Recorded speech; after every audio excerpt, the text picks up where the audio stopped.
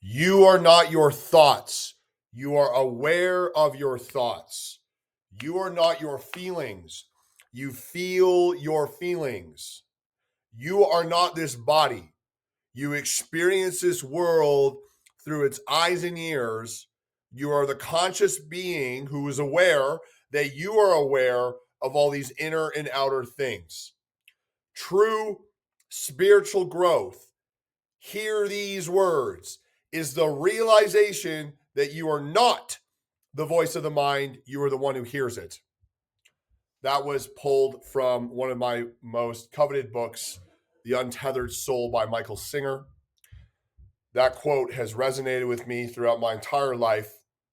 And when I realized this point of view, this perspective, that voice in your mind that incessantly chatters about everything and anything isn't you, is when I had my aha moment.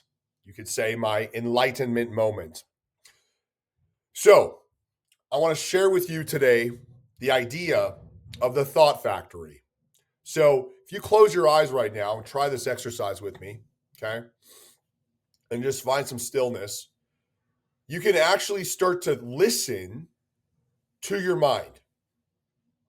So, right now, your mind is talking about stuff. Maybe it's talking about, me, you know, speaking about this video. Maybe you're saying, oh, how long is this video going to be? I got something to do.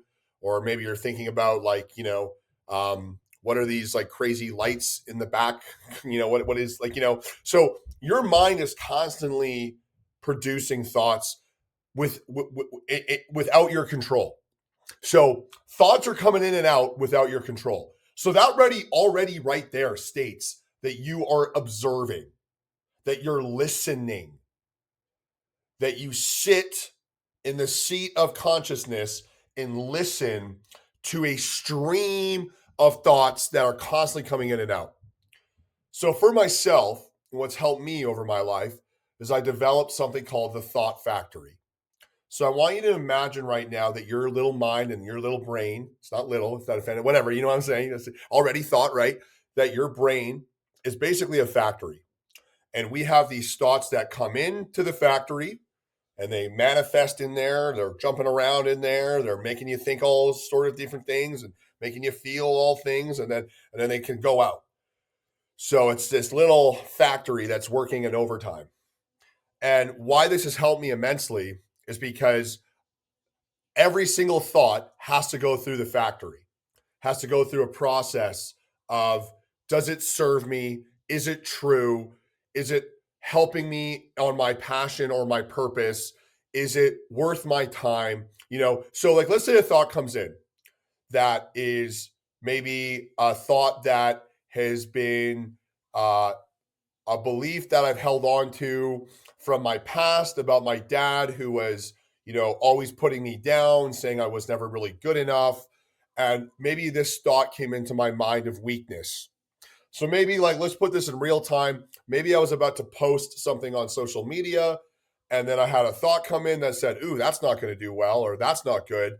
So instead of just listening to the thought, which so many people do, right? So many people are consumed by their minds thinking that that is truth.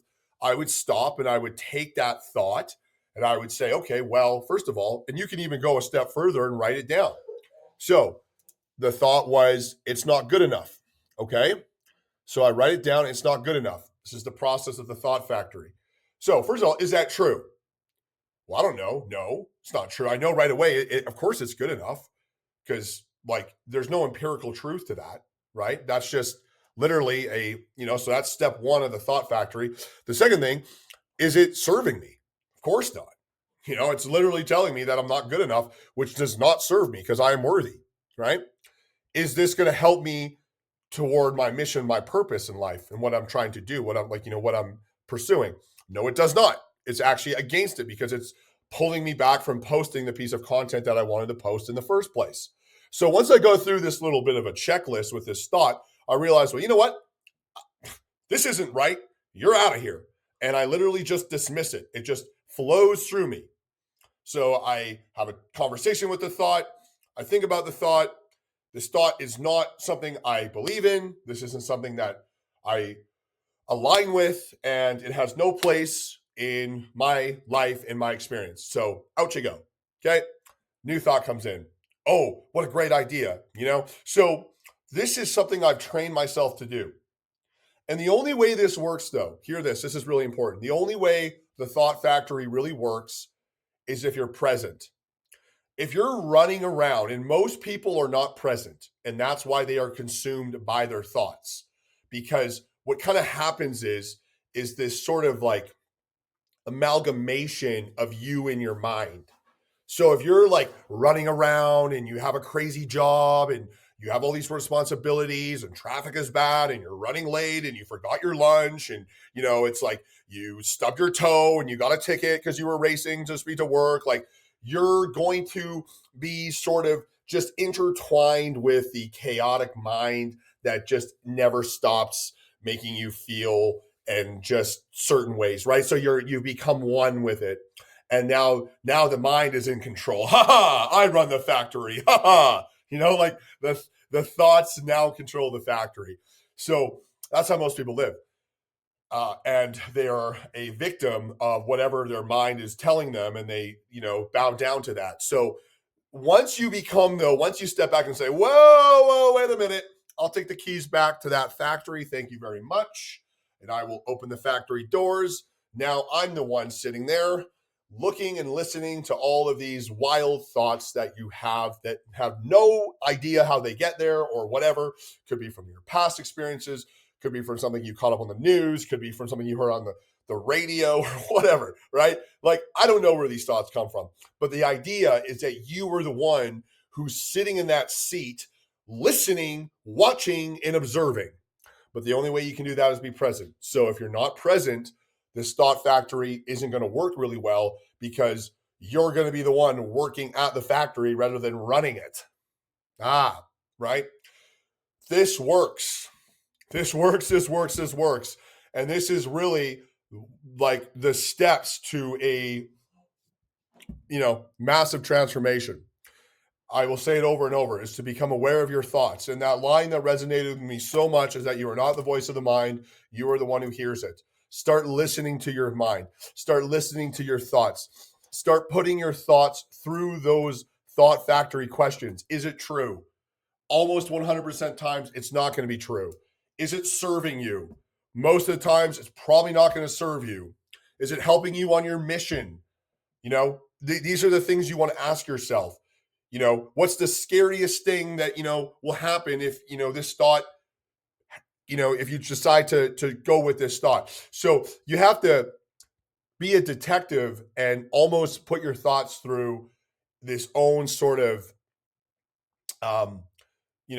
interview to see if it's going to be of value or not. And when you start to practice this, man, you're just going to really notice it in every way of your life. How calm you are, how collective you are, how focused you get, how unrattled and unscathed you get. You're always just dialed in. So I really would love for you to try out the thought factory in your daily practice. But once again, it really only really does truly work if you're sitting in a place of consciousness and groundedness and in presence.